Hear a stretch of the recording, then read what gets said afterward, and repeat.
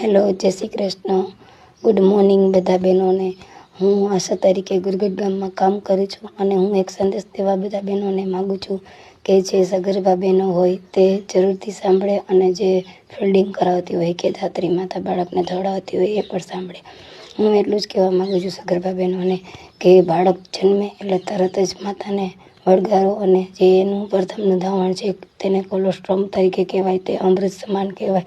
તો બાળકને તરત જ વળગાડો અને એને ધાવણ આપો. જો બાળકને એ ધાવણ મળી ગયું તો તે બાળક બીમારીથી કોઈ દિવસ જૂજશે નહીં અને બાળક તંદુરસ્ત રહેશે અને માતાને જે રક્તસ્રાવ થતો હશે તે પણ અટકાવશે અને એની ઓળ છૂટી પડવામાં પણ મદદ કરશે. એટલે ફક્ત માતાનું ધાવણ જ આપો 6 મહિના સુધી. મારું એટલું જ કહેવા માગું છું. આશા તરીકે વિડીયો ગમે હોય તો શેર, લાઈક અને ફોલો કરજો.